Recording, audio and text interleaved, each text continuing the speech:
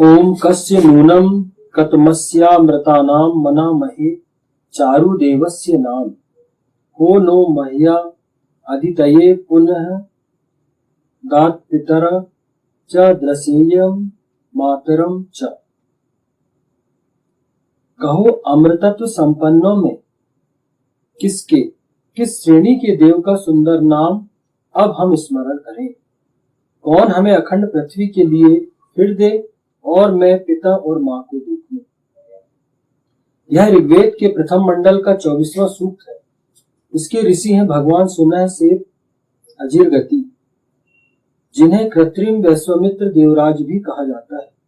इस सूक्त में कुल 15 मंत्र हैं, जिनके देवता दिव्य विषय इस प्रकार है।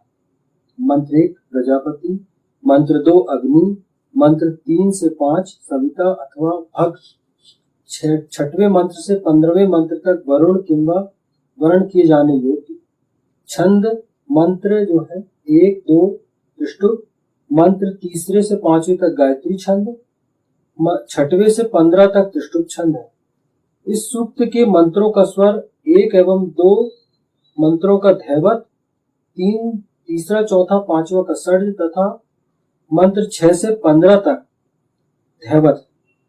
आचार्य सायण ने प्रस्तुत सूक्त के भाष्य में इसकी संगति वेदर्षि भगवान सुनह सेप के जीवन चरित्र से लगाने का प्रयत्न किया है। इसका कारण यह है कि भगवान अग्नि पर जब प्रस्तुत मंत्रों का प्रकाश हो रहा था, उस समय वेदर्षि भगवान सुनह सेप युगवत थे और नरबलि के लिए उनकी बलि दिए जाने की व्यवस्था हो रही थी। इसी समय उन पर इन मंत्रों का प्रकाश ऋग्वेद के दृष्टा वेदर्षि भगवान अग्नि का साक्ष्य देने हेतु प्रारंभ हुआ था। तो आचार्य सायण की जो भाष्य है उसमें इस मंत्र का जो भाष्य हमें मिलेगा वो ये है कि जब इस सूक्त का जो भाष्य किया गया था उसकी संगति ऐसे मिलाई जाती है उसमें कि भगवान अग्नि पर जब प्रस्तुत मंत्रों का प्रकाश हो रहा था, उस समय जो भगवान सुनह से अजीर गति थी वो यूपबद्ध थी नरबलि के लिए। मतलब कुछ ऐसी घटना रही होगी कि उनको एक खंभे से बांध दिया गया था और उनकी बलि दी जा रही थी उस समय, और इसी समय उन पर इन मंत्रों का प्रकाश ऋग्वेद के दृष्टा भगवान वेदर्षि भगवान अग्नि का साक्ष्य देने हेतु प्रारंभ। तो इसी समय क्या हुआ, ऋग्वेद जो है महर्षि अग्नि पर प्रकाशित हुआ था योग दर्शन के माध्यम से। सनातन संस्कृति में हम ये मानते हैं कि वेद जो वो परमपिता परमेश्वर ने, ईशान ने वेदों का अवतरण लोगों को योग दर्शन में दिखाकर किया। जैसे कोई मंत्र है जो उनके नजर के सामने आए, अगर हम पतंजलि का योग दर्शन पढ़ेंगे तो उसमें समझ में आता है कि योग दर्शन क्या है। तो वो मंत्र उन्हें दिखा। अब वह मंत्र वाकई में लोगों को ये हो सकता है कि आम आदमी ये बोल सकते हैं कि आपने मन से बनाई इन मंत्रों या आपने ही इनकी रचना की। तो ये प्रकृति की व्यवस्था देखो कितनी जबरदस्ती की। उसी मंत्र किसी अन्य व्यक्ति को हुआ, उसी मंत्र का योग दर्शन किस लिए हुआ, वो साक्ष्य के लिए कि भाई ये इनको हुआ था। हाँ सही बोल रहे हैं आपने लिखा ना, मुझे भी ये दिखाया। मतलब ये कोई एक व्यक्ति ऐसा नहीं कर रहा है, कई व्यक्तियों को देखा। तो उन्होंने, आप ये आक्षेप नहीं कर सकते कि उन्होंने मन से बनाया। वहां तो बात ही आ गई कि उनको योग दर्शन में देखा तो किसी और ने साक्षी दी कि हाँ ये मंत्र, फिर उन्होंने उसको लिपिबद्ध किया। आचार्य सायण ने घटना के आधार पर वेदर्षि भगवान सुनह सेप के दृष्टिकोण से इस सूक्त का भाष्य कर दिया है, किंतु यह स्पष्ट है कि इन मंत्रों का प्रकाश वेदर्षि भगवान सुनह सेप के हित साधन मात्र के लिए नहीं हुआ था, इसके साक्षी मात्र बनाए जा रहे थे। परंतु वस्तुतः संपूर्ण ऋग्वेद का प्रकाश तो मूलतः भगवान अग्नि पर हो रहा था। तो आचार्य सायण ने इस घटना के आधार पर सुनह सेप पर जो वेद का मंत्र प्रकाशित हुआ तो केंद्र में सुनह सेब रहे कि उन्हें हुए। लेकिन अगर हम और डीपली जाएं तो इसमें ये समझ में आता है कि ये केवल सुनह सेब, महर्षि सुनह सेब की हित साधन मात्र के लिए ये नहीं हुआ था, क्योंकि उस समय जो है कि वो उनकी बलि दी जा रही थी, उसी समय उन पर ये मंत्र प्रकाश हुआ। तो शायद ये घटना रही कि वो उस कि उनको बचाने के लिए, उनके हित साधन के लिए हुआ। उन पर जो प्रकाश हुआ वो इसलिए हुआ कि वो साक्षी दे रहे थे, जैसा मैंने पहले बताया कि वो इन वेद मंत्रों की साक्षी भी दे रहे थे। महर्षि अग्नि पर जब वेद प्रकाशित हो रहा था तो यह मंत्र, यह सूक्त जब उन पर प्रकाशित हुआ तो वो इसकी साक्षी दे रहे थे।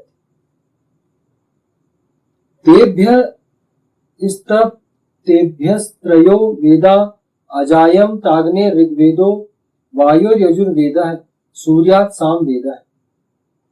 उन तपस्वियों के लिए 3 वेद प्रकट हुए, अग्नि से ऋग्वेद, वायु से यजुर्वेद, सूर्य से सामवेद। ये सप्तम ब्राह्मण 11वां कांड 5वां अध्याय और ब्राह्मण 8 कंडिका 3। भगवान मनु ने भी मनुस्मृति में ही कहा है, अग्नि वायुर्विभ्यस्तु त्रयम् ब्रह्म सनातनम दुदोह यज्ञ सिद्ध्यर्थ मृग यजुः साम लक्षणम। अग्नि, वायु और रवि तीनों के लिए शाश्वत ब्रह्म ने यज्ञ की सिद्धि के लिए ऋग्वेद, यजुर्वेद और सामवेद का दोहन किया। अग्नि, वायु और रवि, रवि मतलब सूर्य, तीनों के लिए शाश्वत ब्रह्म ने यज्ञ की सिद्धि के लिए ऋग्वेद, यजुर्वेद और सामवेद का दोहन। ऋग्वेद, यजुर्वेद, सामवेद, इन तीनों पर इनका जो दर्शन में देखे या ब्रह्मा ने इनको इनके लिए दोहन किया ताकि ये सब चीजें अस्तित्व में आ सके। पाश्चात्य भाष्यकारों ने आचार्य सायण के भाष्य का सहारा लेकर इस सूक्त के मंत्रों का अर्थ केवल भगवान सुनह सेब तक सीमित करने का प्रयास किया है। अब पाश्चात्यों ने क्या समझे, पाश्चात्य तो थे ही, जो वेस्टर्न भाष्यकार थे, वो तो बिल्कुल तुले हुए थे कि वो कैसे वेद मंत्रों को या वेद की संकीर्णता को वो समक्ष ला सके। वो तो तुले हुए थे कि कैसे बताए वो वेद में कि किसी व्यक्ति विशेष के विषय में कहा है, क्योंकि ऐसा कुछ नहीं था। वेद में किसी व्यक्ति का इतिहास नहीं है। ये जो ऋषियों के नाम जो आ रहे हैं इसमें, वो उन पर प्रकाशित हुए, उन्होंने उसकी साक्षी दी। या तो वो मंत्र उन्हें दिखा योग दर्शन में या किसी भी माध्यम से, अथवा उन्होंने उसकी साक्षी दी। तो ये है मुख्य बात। लेकिन पाश्चात्यों ने चूंकि उन्हें हमारे कल्चर से, हमारी संस्कृति से नफरत थी, तो उन्होंने क्या किया, उन्होंने यही सब कुछ करने दिया। बहुत सारे कंफ्यूजन क्रिएट करके रखे, बहुत सारी गलत फहमियां लाके रखी उनकी कि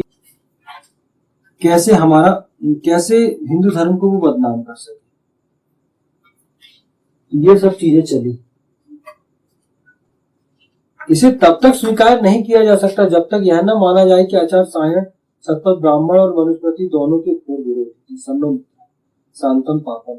आचार्य सायण का संपूर्ण वेदभास और अन्य साहित्य उन्हें सतपथ ब्राह्मण और मनुस्मृति का घोर विरोधी नहीं प्रत्युत घोर समर्थक सिद्ध करता है। अतः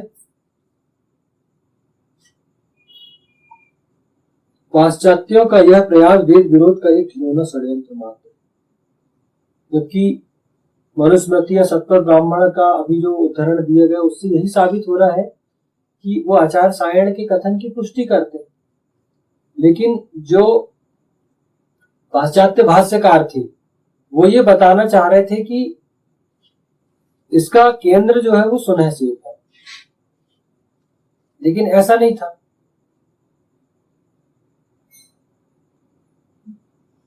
और वो ये भी बताना चाह रहे थे कि आचार्य सायण जो है वो मनुस्मृति और सतपथ ब्राह्मण की घोर विरोध। जबकि हम जो पूरा भाष्य पढ़ रहे हैं उससे हमको एक ही चीज समझ में आ रही है कि वो तो उनकी घोर समर्थक है। आचार्य सायं, क्योंकि उनके जो भाष्य किए उनमें भी इन चीजों की पुष्टि होती, जो ग्रंथों में मनुस्मृति और क्या बोलते हैं सत्व ब्राह्मण में लिखा, इन सब चीजों की। कहो अमृतत्व संपन्नों में किसके किस श्रेणी के देव का सुंदर नाम अब हम स्मरण करें। इससे यह ज्ञात होता है कि वेद की दृष्टि में ईशान परम परमात्मा के अतिरिक्त भी और अन्य व्यक्ति भी अमृतत्व संपन्न है।